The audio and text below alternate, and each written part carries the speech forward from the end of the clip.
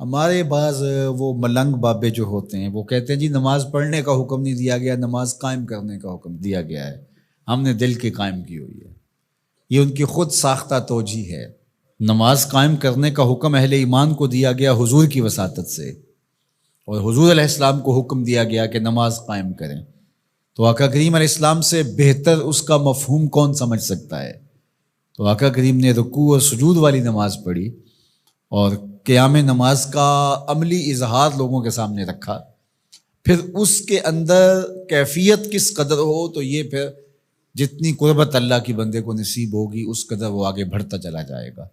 تو یہ باطل توجیہات یہ جاہل لوگوں کی، جس کے بدن سے بدبو کے ببوکے پھوٹ رہے ہوں اور جس کے جسم میں جوئیں پڑی ہوں اور جس نے 6 سال سے غسل نہ کیا ہو، وہ اس اعتماد سے کہہ رہا ہوتا ہے ہم نے قائم کی ہوئی ہے، ہم نے دل کی قائم کی ہوئی ہے۔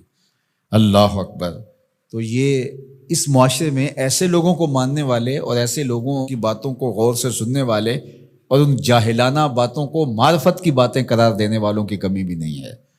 تو اللہ تعالیٰ جل شانہ سے ہدایت مانگنی چاہیے کہ اللہ ہمیں ہدایت کا نور نصیب فرمائے۔ تو اقامت نماز سے کیا مراد ہے؟ اس کی فرائض کے ساتھ ادا کرنا، یا پھر رکوع سجود تلاوت کا اتمام اور اس میں خشوع کا اور خضوع کا اظہار اور اس میں مکمل ڈوب جانا کہ گویا تم اللہ کی عبادت کر رہے ہو تو اس کو دیکھ رہے ہو۔ اور حضرت عثمان غنی رضی اللہ تعالیٰ عنہ فرماتے ہیں کہ جس نے صحیح وضو کیا، حضور علیہ السلام سے روایت کہ جس نے صحیح وضو کیا جس طرح میں نے وضو کیا ہے اور 2 رکعت پڑھی اور اس میں اس کو کسی غیر کا خیال نہ آیا تو اللہ تعالیٰ اس کے پچھلے سارے گناہ معاف کر دیتا ہے، صرف 2 رکعت سے۔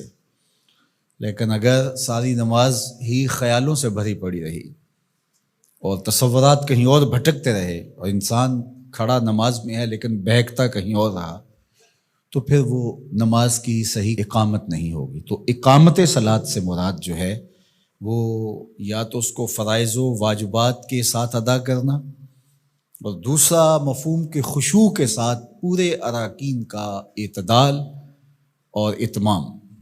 تو دونوں اس کے مفہوم بیان فرمائے گئے ہیں۔ تو ظاہر ہے کہ ابتدا کے اندر تو کوشش ہوگی کہ فرائض واجبات پورے ہو جائیں، تو وہ خشوع اگر نہیں بھی حاصل ہو پایا تو پھر بھی کوشش جاری رکھنی چاہیے، نہ یہ کہ اب وہ تو کیفیت ہی نہیں نصیب ہو رہی تو میرا نماز پڑھنے کا کیا فائدہ۔ حضرت محدث کچھوچوی علیہ رحمہ سے کسی مرید نے کہا حضرت نماز پڑھتا ہوں لیکن لطف نہیں آتا، مزہ نہیں آتا۔ تو آپ نے اسے سوالیہ انداز میں پوچھا کہ اس کے باوجود بھی پڑھتے ہو؟ اس نے کہا جی وہ تو فرض ہے، پڑھتا تو ہوں۔ تو آپ جھومنے لگے، فرمایا واہ واہ، تمہیں مزہ نہیں آتا پھر بھی پڑھتے ہو؟ اس کا مطلب ہے تم مزے کے لیے نہیں اللہ کے لیے پڑھ رہے ہو۔ تو اگر لطف آ جائے، وہ کیفیت، وہ حظ، وہ تو بہت بڑی بات ہے، لیکن اگر نہیں بھی ہے تو اس کا فریضہ تو ہے اس کی طرف سے جو عائد ہوتا ہے، تو وہ شکل بنا کے تو کھڑے ہوں، وہ صورت بنا کے تو کھڑے ہوں، تو کسی دن وہ کیفیت بھی پیدا ہو جائے گی۔ خورش دے بدر را جو کب کو حمام کہ یک روز افتد ہمائے بدام۔ سعدی شیرازی فرماتے ہیں کہ دانے ڈالتا رہے، چوغا ڈالتا رہے، کبھی کبوتر آئے گا، کبھی کوا آئے گا، کبھی کوئی اور فاختہ آ جائے گی، لیکن کسی دن وہ بھی آ جائے گا جس کے لیے تم یہ سب کچھ کر رہے ہو۔ تو اس لیے محنت کو جاری رکھو، کوشش کرتے رہو، تو ایک دن انشاءاللہ اس کیفیت میں بھی چلے جاؤ گے۔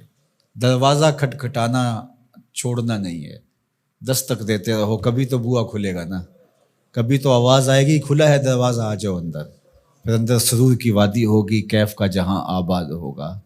اور آقا کریم نے ہمارے لیے آسانی پیدا فرما دی کہ اللہ کی عبادت اس طرح کرو کہ گویا تم اسے دیکھ رہے ہو، اور اگر یہ نہیں تو کم از کم یہ کیفیت تو ہو کہ وہ تمہیں دیکھ رہا ہے۔ تو اپنی اپنی کیفیت ہوتی ہے، بہرحال نماز کو ترک نہیں کرنا، بھرپور کوشش ہو کہ خشوع و خضوع کے ساتھ نصیب ہو۔ تو نماز کی اقامت کا یہی مفہوم۔